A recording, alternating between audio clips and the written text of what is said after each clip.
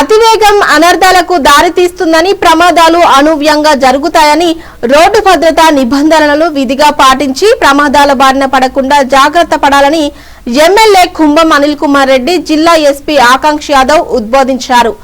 మంగళవారం యాదాద్రి భువనగిరి జిల్లా భువనగిరిలోని వివేరా కన్వెన్షన్ లో జిల్లా పోలీస్ శాఖ ఆధ్వర్యంలో ఏర్పాటు చేసిన రోడ్డు భద్రత అవగాహన అరైవ్ అలైవ్ కార్యక్రమంలో ప్రసంగించారు.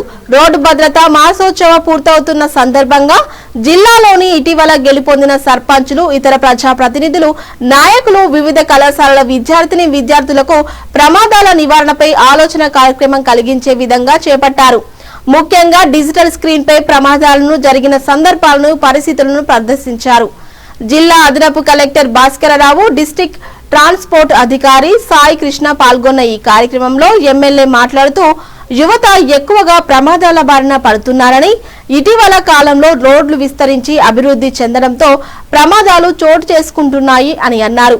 యువకులు అతివేగంగా హెల్మెట్ ధరించకుండా, కార్లలో ప్రయాణించేవారు సీల్ట్ బెల్ట్ లేకుండా ప్రయాణాలు చేయడం ద్వారా ప్రమాదాలు ఎక్కువగా జరుగుతున్నాయని, అంతేకాకుండా వీరు నిర్లక్ష్యం, అతివేగం, ప్రధాన రహదారులపై వాహనాల రద్దీ పెరగడంతో రెప్పపాటులో ప్రమాదం జరుగుతున్నందున ప్రతి ఒక్కరూ ఆలోచించి తగు జాగ్రత్తలు తీసుకోవాలని, ప్రమాదాలు ఎవరికి చెప్పిరావని జాగ్రత్త ముఖ్యమని ఎమ్మెల్యే సూచించారు.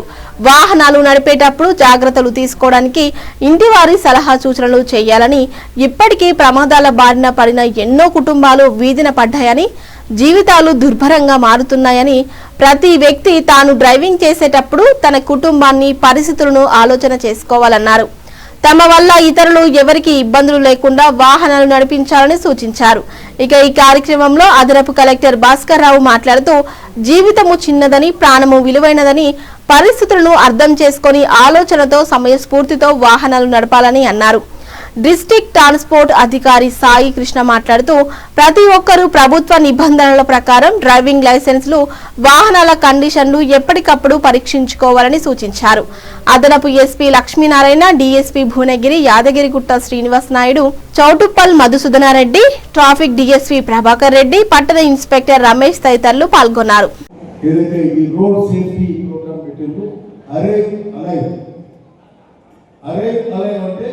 డెస్టినేషన్ కు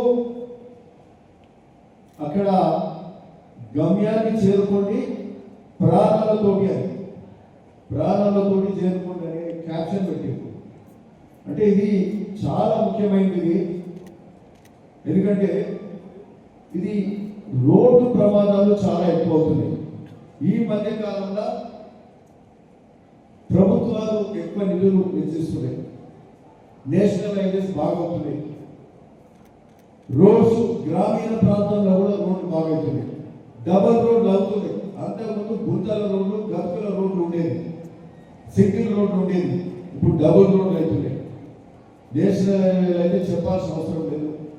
బాగా విశాలమైన రోడ్లు వచ్చినాక అంటే వెహికల్లకు స్పీడ్ అనేది ఇక ఎంత స్పీడ్ అయినా పోవచ్చు అనేది, అంటే మంచిగా ఇక బాగా స్పీడ్గా పోవచ్చు. ఆ రోడ్ జర్నీ కూడా ఎంజాయ్ చేయవచ్చు.